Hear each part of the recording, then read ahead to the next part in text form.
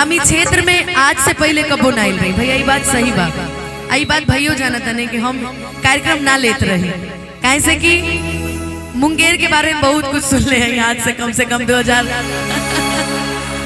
बहुत सुन ले भाई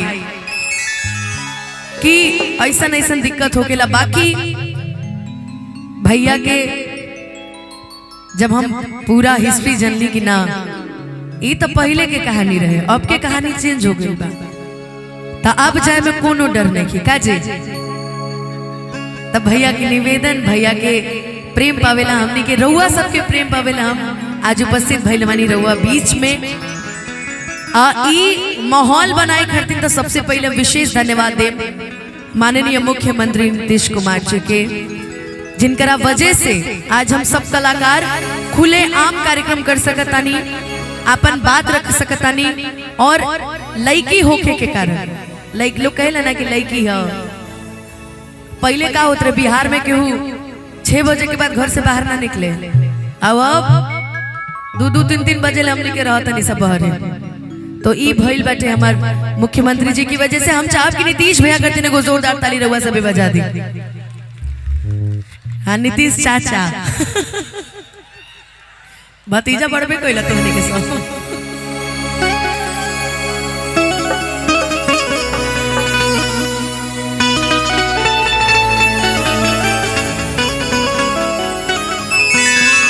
आइए एगो शुरुआत करें माई के भजन से। और आज के हमने के शुरुआत होगी ये भजन के बाद होली से। पहला शुरुआत आज हम होली से करे में करा बात, काहे से कि होली के माहौल चल गेल बा। अब भैया हमारे बीच में बैठल बानी, अबीर अबीर मंगवाई नहीं है कि ना भैया, मंगवाई ना कहीं से अबीर, मंगवाई एकदम मंगवाई जाके अबीर। हमनियों के ना करनी तो हम ही अबीर लेके आयल रहती। ये हमारा पहला मंच, होली के मंच ये हमारा पहला रहेगा जी, सही बात। हरे गंगा जी नहाई बोए मैया जाला ले गई वो, हरे गंगा जी नहाई बोए मैया जाला ले गई वो, हरे अंगना लिपई बोए मैया काला साधारई बो। एक बार प्रेम से बोली सच्चे दरबार की। आज सही में इतना भीड़ देख के और इतना प्यार देख के लगा था कि ना जी मुंगेर में केहू कलाकार आई बड़ा प्यार पाई का जी। तनी हाई लाइट तनी हल्का करी तो भैया, हाई वाला लाइट तनी हल्का करी, तनी पीछे वालन के देखी। ठीक बानी ना सब? अभी बुझाई लगे रहो सब बानी पीछे बड़ा एने पहाड़ों पर चढ़ल बानी का, ये बुझा रहा बा कि महादेव जी के असली भक्त रहुए सब बानी। देखियो गिरिहा मत भाई, ध्यान से बैठ गया, ठीक ना? ठीक ना? अपन ख्याल रखिया।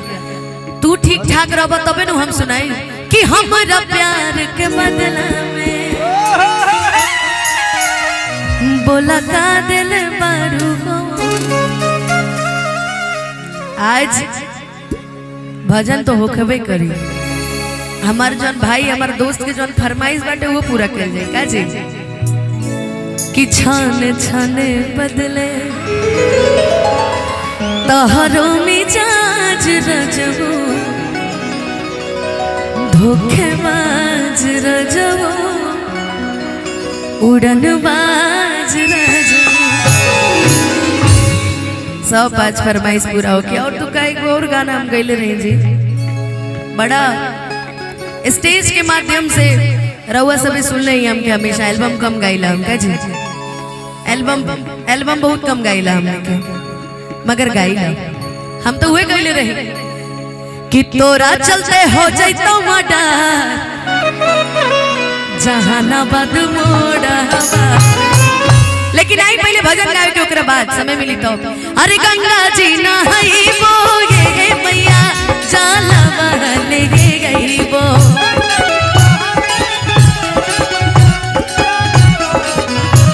हो गंगा जी नहाई बोए मैया जाला बहले गई बो। आंगन लिपइबो ये मैया कलसा धरइबो आंगन लिपइबो ये मैया आंगन लिपइबो ये मैया कलसा धरइबो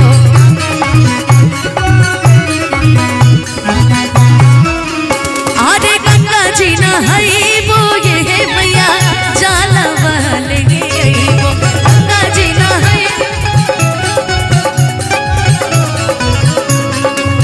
आंगन लिपइबो ये मैया कलसा धरइबो आंगन लिपइबो ये मैया कलसा धरइबो।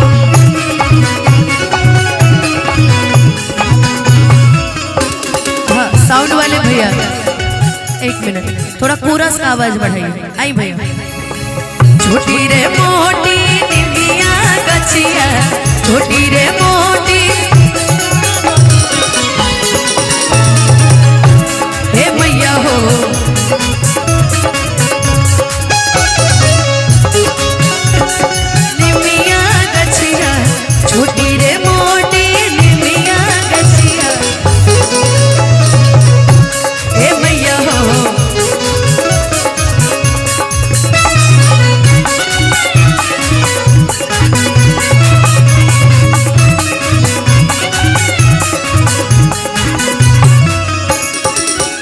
आरे मालिन बोलइबो ये मैया आढ़ाउल महगइबो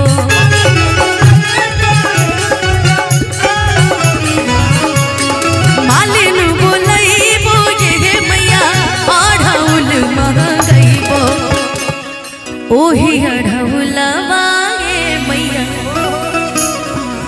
ओही अढ़ौलवा ये मैया तोहा के लो भइबो ओही अढ़ौलवा ओही अढ़ौलवा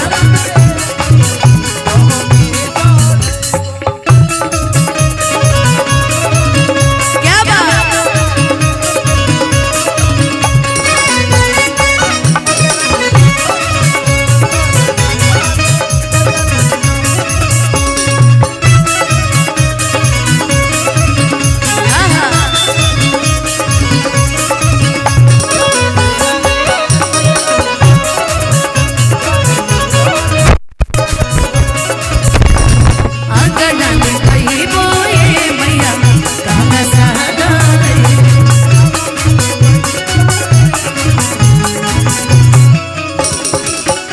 हरे अहिरु बोलइबो ये मैया दूधवा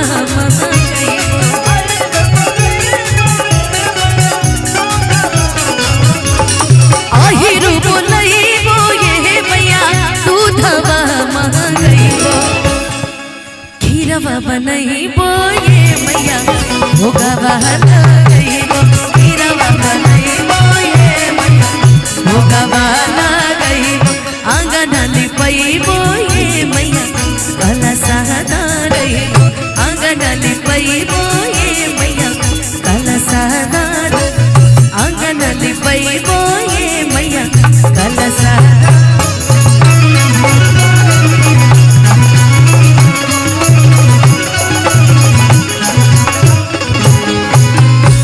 एक बार प्रेम से बोली सच्चे दरबार की आई